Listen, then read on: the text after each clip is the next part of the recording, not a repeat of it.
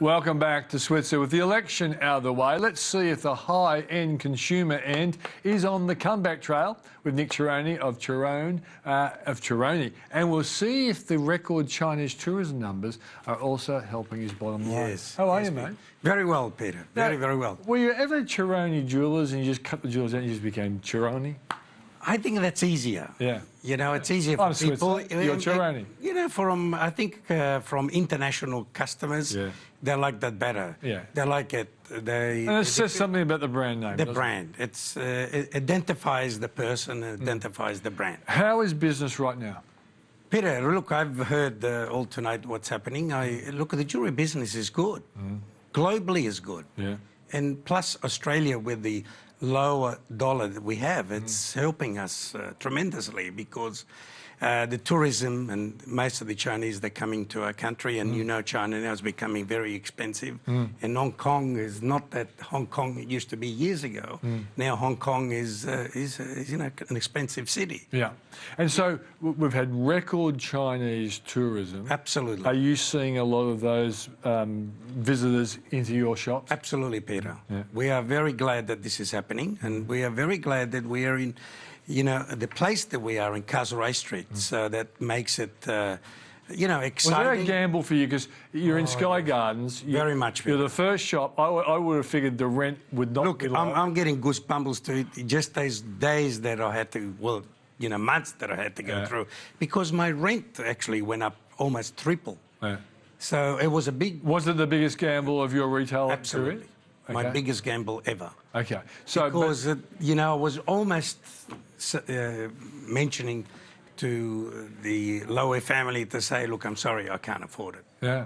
Because it was. So how many years have you been in there now?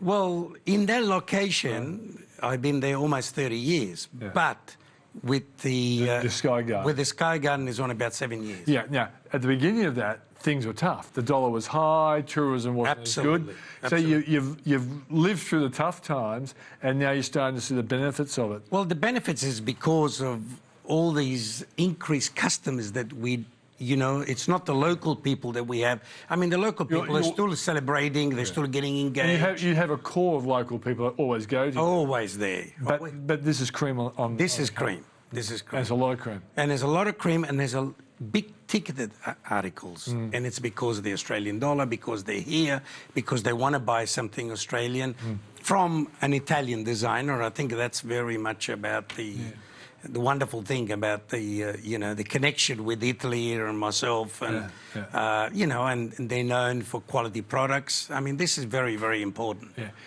In the old days when Japan was our #1 tourist... Yes, I remember. Were they as good for your business as the Chinese tourists? Because a lot of the Japanese often would be on Japanese buses going to Japanese-owned duty-free places and things like that. The Chinese seem to be a little bit more independent travellers. Is that something I'm observing? Yes, they are independent. The Japanese were very much tour orientated, and really the Japanese, they were more after opals instead of diamonds. Okay. You know, that was the trend at that particular time. Yeah. You know, when that was about 30 years old. Have you had to change the way you're ready for your customers because of the arrival of the Chinese tourists? Like, for example, do you have some Chinese-speaking staff members? Absolutely. And that was something you've never had before. Well, we had most of our staff was Italians because that was the trend of those days. We used to do business with Italians, but you know, we had to move into you know, the internet and the Facebook and all these things that helps your business to become more international, more recognized. And but you know, I think having Chinese staff into your business is very important. Okay. Do you market in advance of Chinese people coming to Australia so they know the Cerrone brand before they even arrive? Or is it something you've got to teach them about once they arrive? Yeah, look, Peter, I think this Google is the most powerful thing it's ever invented. It makes us, I mean, we have, you know, I mean, people visit our Facebook and our internet shopping, you know, almost 200 100,000 people a month. Yeah. And they're not all, they're international. So the Cerrone brand doesn't just sell in Australia. Absolutely. It sells outside of Australia. England, America. America is a very, very strong market these days.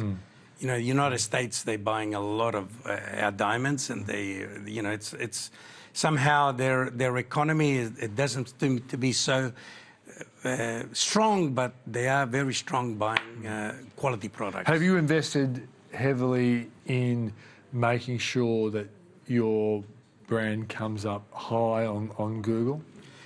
Well, that's, yes, very much that. I had to employ someone specially to look after that side of the business, because it is very powerful. I mean, it's that's what makes you international.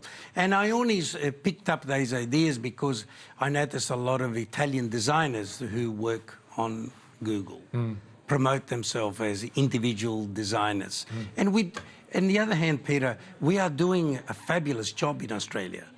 Our jewellery is the best in the world now. Really? The standards is very, very high.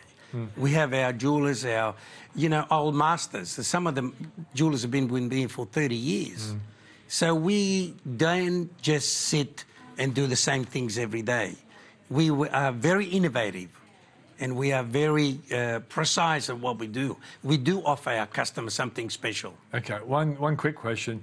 Did the elections slow down activity, and post-election, has it picked up? Absolutely not. No? No, people still celebrate, and they still went out and buy jewellery. Yeah. In the bad old days, they said elections They affected, used to, yes. but not anymore. Not anymore. Life is too short, you know. This is really what happens. Life is too short. They want to That really should be your little USP. Life is too short. Well, life is precious. Right, thanks for joining us. Thank you, Peter. That's Nick Cerrone of Cerrone. Okay, that's the show. If you want to read my thoughts each morning at close of Wall Street. And this morning, I talked about why do people actually invest so badly. Have a look at switzer.com.au if you want to find out why.